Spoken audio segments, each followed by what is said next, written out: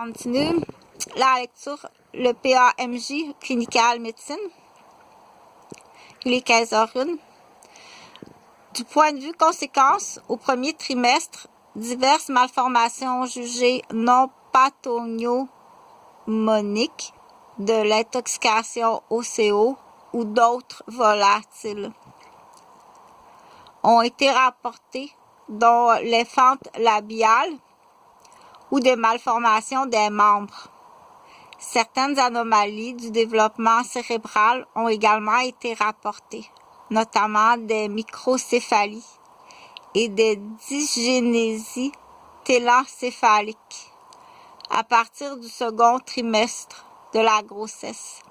La sensibilité cérébrale au CO serait plus importante et les lésions plus fréquentes, principalement observées au niveau des noyaux lenticulaires et plus au niveau du tronc cérébral, du cervelet et de la moelle. Des séquelles néonatales et à long terme peuvent résulter de ces atteintes. Dans notre revue de la littérature, nous n'avons pas trouvé de cas de fausse couche, tout comme il en est le cas dans notre observation. Cette fausse couche serait-elle liée à la quantité de CO inhalée par notre patiente? Elle aurait cependant été exposée au CO pendant environ 10 heures. Nous ne saurons expliquer le mécanisme par lequel elle a expulsé le produit de conception. Ça, c'est l'autre.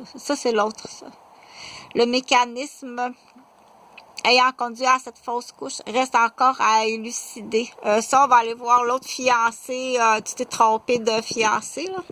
Tu veux-tu voir? Qu'est-ce qu'elle a l'air? Non, tu veux pas voir l'autre fiancée, tu t'es trompé de bouteille de...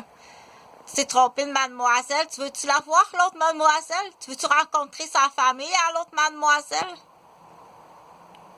Donc, c'est une barmaid, mais la commande vient de Québec. Veux-tu savoir si la commande, c'est qui? Tu veux-tu la voir, la jolie demoiselle? Et puis, tu veux-tu voir tes autres dégâts? Tu veux-tu voir les autres dégâts?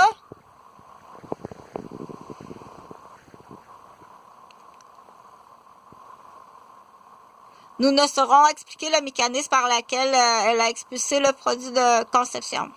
Bon, ça, c'est la fausse couche, là, celle de 2015.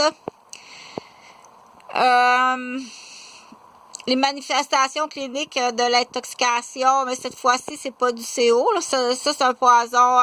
Cette fois-là, c'est dans l'alimentation, dans la nourriture ou dans le breuvage. Et le père et la mère, dominés par les signes neurologiques qui sont très polymorphes et variables d'un patient à l'autre et d'un moment à l'autre, rendant le diagnostic parfois difficile. Là, on va laisser faire le diagnostic. Du point de vue clinique, les manifestations observées chez la femme enceinte sont identiques à celles de la population générale.